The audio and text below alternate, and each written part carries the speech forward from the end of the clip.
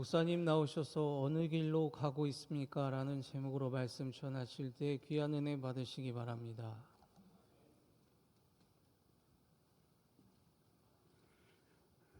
장로님, 오늘은 세 곡을 메들리로 한 건가요? 한 곡만 하는 것도 어마어마하게 어려운데 세 곡을 메들리로 은혜롭게 연주했습니다. 우리 엘피스를 위해서 박수를 격려하겠습니다. 잠시 기도하겠습니다. 은혜로우신 주님, 이 시간 말씀하여 주옵소서. 말씀 들을 때 주의 영이 약동하는 시간 되게 하여 주옵소서. 말씀 들으며 마음속에 기쁨과 감사와 용기가 샘솟게 하여 주옵소서. 예수님 이름으로 기도합니다. 아멘. 우리는 하나님의 말씀을 음식으로 대합니다. 그래서 음식 먹지 않으면 허기가 지는 것처럼 하나님의 말씀을 섭취하지 않으면 영적인 허기가 진다는 사실을 알고 있습니다. 교회 나오면서도 말씀을 잘 못 읽고 그러면 가슴 허한 분들 꽤 있다는 사실도 알고 있습니다. 하나님의 말씀을 음식으로 대할 수 있습니다. 또 하나, 하나님의 말씀을 거울로 대할 수 있습니다.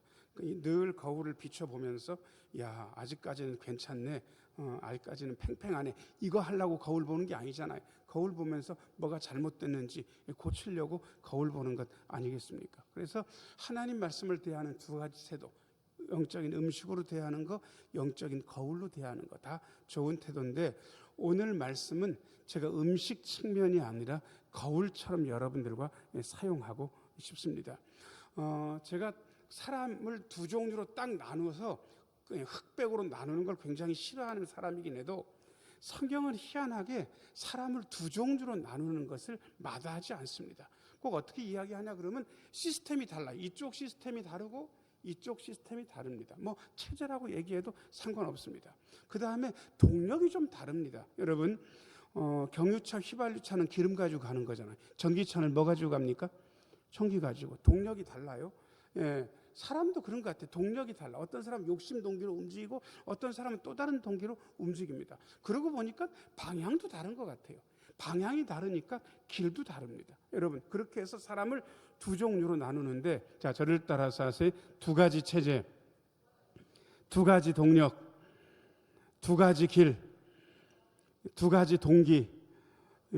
우리는 이 중에서 선택하는 거예요. 그래서 제가 제대로 여러분 하게 도와드리려고 이 거울처럼 네 가지의 질문을 만들었습니다. 이 질문을 스스로에게 던지면서 나는 어떤 선택하는 사람인가? 나는 어떤 시스템 안에 들어가 있는 사람인가? 나의 삶의 동력은 뭔가? 나는 어떤 길과 어떤 방향을 향해 가고 있는가? 점검해 볼 수 있습니다. 자, 1번입니다. 1번 같이 한번 읽어요. 자, 시작. 과연 영의 생각입니까? 6절 말씀. 6절 같이 한번 읽어요. 자, 시작. 육신의 생각은 사망이요 영의 생각은 생명과 평안이니라. 여러분, 생각이 두 종류가 있는데 위에 줄 보니까 무슨 생각이요? 밑에 줄 보니까 무슨 생각? 여러분, 우리가 생각에 대해서 조금만 더 조금 신경 쓰면 생각이 하는 게 아니라 생각이 나는 거라는 사실을, 드는 거라는 사실을 알 수 있게 됩니다. 저는 밥 굽는 걸 싫어하는 사람입니다. 그래서 어쩔 수 없이 금식하게 되면 그래도 뭐 3일 정도 했고 일주일 정도 했던 것 같습니다. 원로 목사님이나 저희 아버지처럼 막 40일 금식 기도를 몇 번씩 하는 그런 주제는 저는 못 됩니다. 그런데 금식을 해보니까 언제가 힘드냐 그러면 하루 이틀은 저는 워낙 저장된 게 많아서 그냥 견딜만 하더라고요. 그런데 3일쯤 되니까 너무 배가 고픈 거예요. 그때도 신방은 해야 돼서 신방하고 돌아오는데 분식집 앞을 샥 지나게 됐는데 세상에 코로 저의 소울푸드인 라면 냄새가 쓱 하고 들어오는 거예요. 그러니까 제 머릿속에서 무슨 생각이 났겠습니까? 라면 생각이, 라면을 이렇게 끓이면 맛있어 그러면서 파도 넣고 계란도 넣고 양파도 좀 쫑쫑 썰어 놓으면 좋지 뭐 그러면서 라면 생각을 했단 말이에요. 여러분, 저는 라면 생각을 한 겁니까? 라면 생각이 든 거겠습니까? 왜요? 아니, 먹고 싶어서가 아니에요. 그때 뭐가 풍겨왔다고. 라면 냄새가 풍겨와. 생각이 수동적이란 말이에요. 여러분, 생각이 수동적이란 말은 이 생각이 어디서부터 왔는지를 물으라는 뜻입니다. 자, 옆에 있는 분들 얼굴 보시고요. 그대의 이 생각은 어디서부터 온 거예요? 물어보세요. 자, 시작. 그대의 이 생각은 어디서부터 온 거예요? 여러분, 이거를 남한테 질문하지 말고 스스로에게 질문하는 게 필요합니다. 내 이 생각은 어디서부터 온 거지? 도대체 동기가 뭐지? 이 생각의 동력이 뭐지? 이 생각이 속해 있는 시스템은 어디지? 물어보는 거예요. 근데 성경은 딱 두 가지밖에 없다고 이야기합니다. 영의 생각, 육의 생각.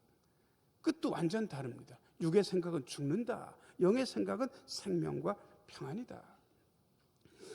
제가 가끔 영화도 보고 드라마도 계속 보지는 못해서 조금씩 봅니다. 그리고 제가 그런 걸 보는 기준은 거의 그렇습니다. 그거 보고 나서 기도할 생각도 별로 없고, 그 다음에 짜증만 나고, 그 다음에 말씀 볼 생각도 없어진다 그러면 그 드라마나 영화는 좋은 겁니까? 안 좋은 겁니까? 안 좋은 거지 뭐. 근데 희한하게 어떤 것 보고 나면 사람이 이런 거야. 사람의 삶이 이런 거야. 기도하면서 살아야 되겠네. 좀 더 잘 살아봐야 되겠네 라는 생각이 들면 그 영화나 드라마는 나쁜 겁니까? 좋은 겁니까? 좋은 거지. 그게 어디서부터 왔냐고. 이걸 자꾸 따져 물어야 됩니다. 과연 그게 영의 생각입니까? 아니면 육의 생각입니까? 자, 옆에 있는 분들한테 다시 얼굴 보면서요. 그건 어디서 왔어요? 한번 물어보세요. 시작. 그건 어디서 왔어요? 아니, 물건 묻는 게 아니에요. 생각을 묻는 거라고. 영의 생각인지 육의 생각인지. 자, 그 다음에 두 번째입니다. 2번입니다. 2번 같이 한번 읽어요. 시작. 진정으로 굴복하고 기쁘시게 합니까? 원래 이 질문이 조금 길었어요. 진정으로 하나님께 굴복하고 하나님을 기쁘시게 합니까? 이렇게 썼었는데 하나님을 두 번 들어가니까 되게 문장이 길어지는 거예요. 그래서 제가 하나님 빼고 그냥 썼어요. 진정으로 하나님께 굴복하고 하나님을 기쁘시게 합니까? 하나님을 넣어가지고 하나님 두 번 들어가요. 같이 한번 읽어봐봐요. 자, 시작. 진정으로 하나님께 굴복하고 하나님을 기쁘시게 합니까? 하나님 앞에 굴복하냐고. 7절 먼저 한번 읽어보겠습니다. 7절 같이 한번 읽어야 돼. 시작. 육신의 생각은 하나님과 원수가 되나니 이는 하나님의 법에 굴복하지 아니할 뿐 아니라 할 수도 없음이라. 아멘. 여러분, 여기 보면 하나님의 법, 하나님께 굴복해야 된다는 사실을 이야기하고 있습니다. 이거를 조금 더 언어를 순화해서 하나님께 순종해야 된다 그렇게 이야기할 수도 있지만 이 맥락에서는 굴복이라는 단어가 워낙 좋습니다. 항복이라고 해도 상관없어요. 자, 저를 따라서 하세요. 하나님께 항복해야 됩니다. 여러분, 애들을 좀 키워보셨는지 모르겠습니다. 다들 자식 키운 경험들은 다 있잖아요. 애들한테 미안한 게 뭐가 미안합니까? 어떤 부모는 이렇게 울면서 이야기하는 걸 들었습니다. 목사님, 저는 부족한 부모예요. 해달라는 거 다 해주지 못했어요. 달라는 거 다 주지 못했어요. 그래서 저는 부족해요. 저는 그분의 입장에 동의하지 않습니다.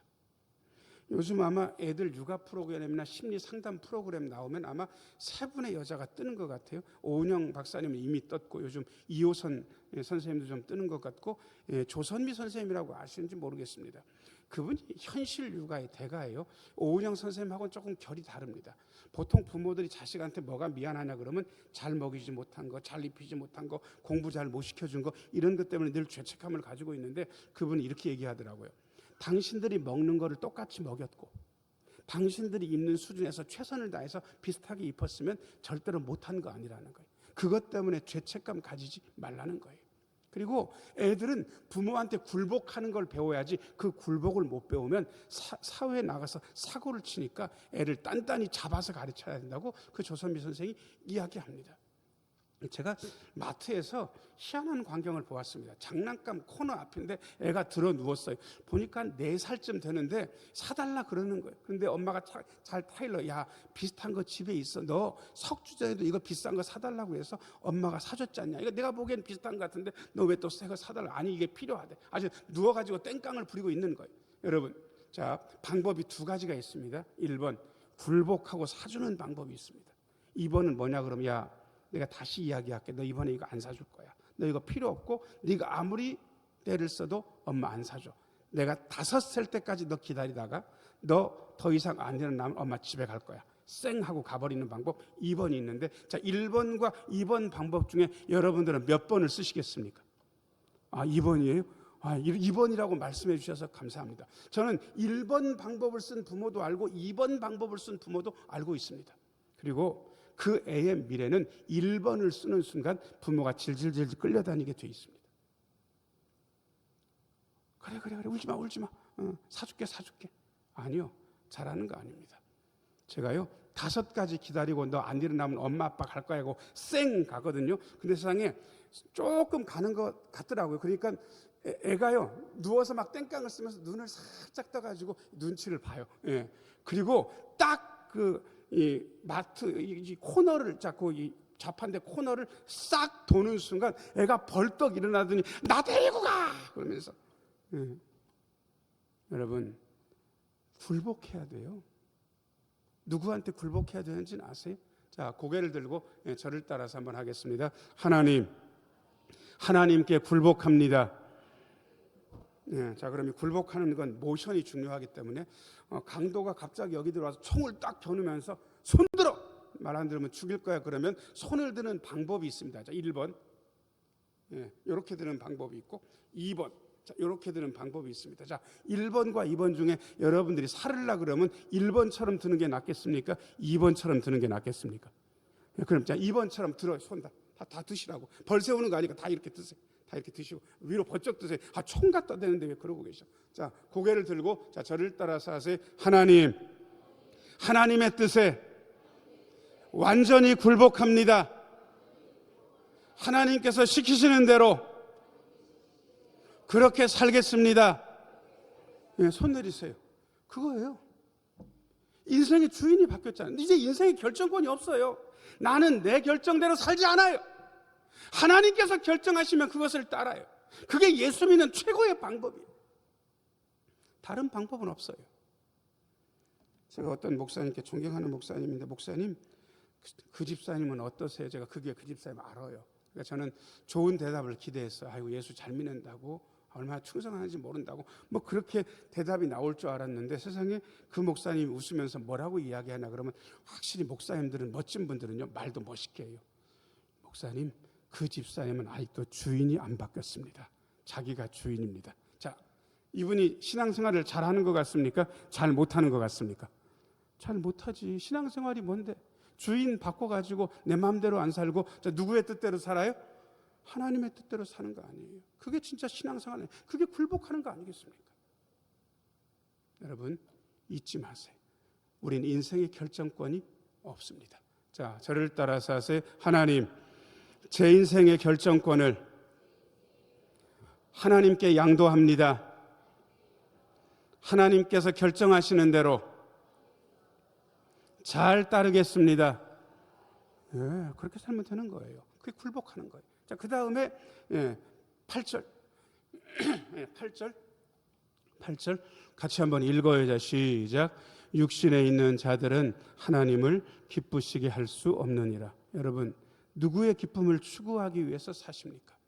애가 커가면서 애가 주인공입니다. 다 애한테 맞춰줍니다. 그래서 애가 커가면서 자아가 발달합니다. 내 중심이야. 자기 중심성이 커갑니다. 그러다가 철드는 건 언제인지 아세요? 그 자기 중심성이 꺾이고 내 기쁨보다 더 중요한 다른 분의 기쁨이 있다는 사실을 알아가는 게 철드는 겁니다. 결혼하고 보니까 내가 기쁜 것보다 아내가 기쁜 게 마음이 편해요. 내가 기쁜 것보다 자식들 웃는 거 보는 게 마음이 편한 거예요. 좀 더 털들고 보니까 내가 기쁜 것보다 부모님 웃는 얼굴 보는 게 더 기분이 좋은 거예요. 철드는 거예요. 여전히 나이가 들면서 내가 최고고 내가 기분 좋아야 된다 이 생각에 빠지는 것은 철이 못 든 겁니다. 여러분 믿음 생활 하다가요 거의 우리는 하나님을 수습 대책위원장으로 쓰잖아요. 우리가 문제를 치고 하나님 앞에 말씀드리면 하나님은 수습을 하시고 뭐 이런 식으로 거의 인생이 돌아가는데 어느 순간에 이게 좀 이상한 거예요. 그리고 하나님 앞에 이렇게 기도를 드리는 거예요. 하나님, 저는 제가 좋은 대로 살았는데 인생이 별로 좋지 않았습니다. 이제부터는 제가 기쁜 대로 살지 않고 하나님의 기쁨 그거 원하면서 살겠습니다. 하나님, 제가 뭐 하면 하나님 기쁘시겠습니까? 제가 어떤 말을 하고 어떤 행동을 하면 하나님 기쁘시겠습니까? 그렇게 한번 여쭤보는 거예요. 뭔가 좀 바뀌지 않았습니까? 그게 또 다른 동력으로 사는 길입니다. 자, 저를 따라서 하세요. 진정으로 하나님께 굴복하고 하나님을 기쁘시게 합니까?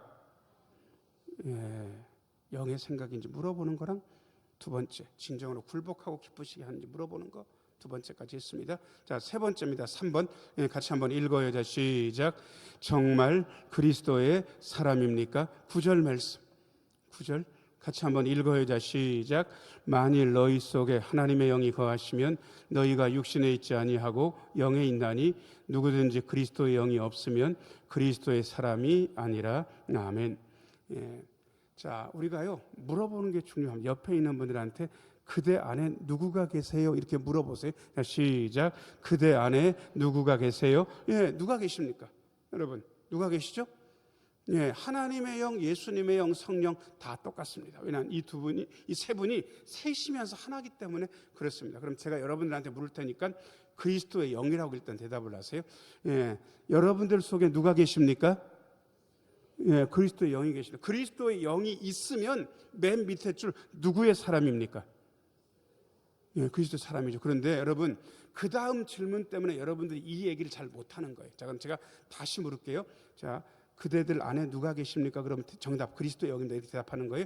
그대들 안에 누가 계십니까? 그런데 왜 사는 게 그 모양입니까? 이렇게 물어보면 어떻게 대답할 거냐고. 이것 때문에 우리가 아주 죽어요. 우리 안에 하나님의 영이 있는 건 나도 알고 너도 알고 다 아는데, 너 하나님의 영이 있는데 너 왜 사는 모습이 그 모양이냐고 하면 우리가 답변하기가 굉장히 곤란한 거예요. 여러분들한테 힘들게 하는 게 아니고 제가 저한테 물어봐도 그런 거예요. 아니 목사님 안에 하나님의 영이 있는데 왜 그 정도밖에 못 사냐고. 그러면 이 대답에서 자유로운 사람은 누가 있습니까? 다 마음 아프지. 그 대신 여러분들이 헷갈리면 안 되는 게 있습니다. 마음 아픈 건 마음 아픈 거고, 혹시 내가 잘못 살고 내 기대대로 못 산다고 그래서 제가 하나님의 자녀가 아닌 거, 그게 맞습니까? 그건 또 아닙니까? 그건 아니죠. 그죠? 제가 못되고 잘못해가지고요, 목회도 못하고 엉망이에요. 그래가지고 집에 가면 저희 아버지 목사님이 저한테, 야, 네가 왜 목회도 그 모양이고 사는 게 그 모양이냐, 내 자식 아니다라고 얘기한다. 1번. 아니, 그래도 너는 내 새끼라고 저를 안아주신다. 2번. 자, 1번과 2번 중에 어느 걸 것 같습니까? 2번이죠. 여러분, 우리가요 하나님 앞에 죄송스러운 거 하고 하나님의 자녀가 아니라고 하는 거, 그러면 안 되는 거예요. 죄송스러운 건 죄송스러운 거고, 그럼에도 불구하고 우리는 하나님의 영이 거하는 하나님의 자녀 맞습니까? 맞습니까? 맞아요. 그래서 사는 거예요. 자, 옆에 있는 분 얼굴 보시고요, 그대는 하나님의 영이 거하시는 하나님의 자녀예요. 한마디씩 해요. 자, 시작. 그대는 하나님의 영이 거하시는 하나님의 자녀예요. 우리가 잘 못 살아도 하나님의 자녀가 아니다, 하나님의 자녀 맞다, 하나님의 자녀 맞다, 이 얘기하고 있는 거예요. 그러니까 잘못했고 죄송스러운 마음을 가지는 건 맞아요.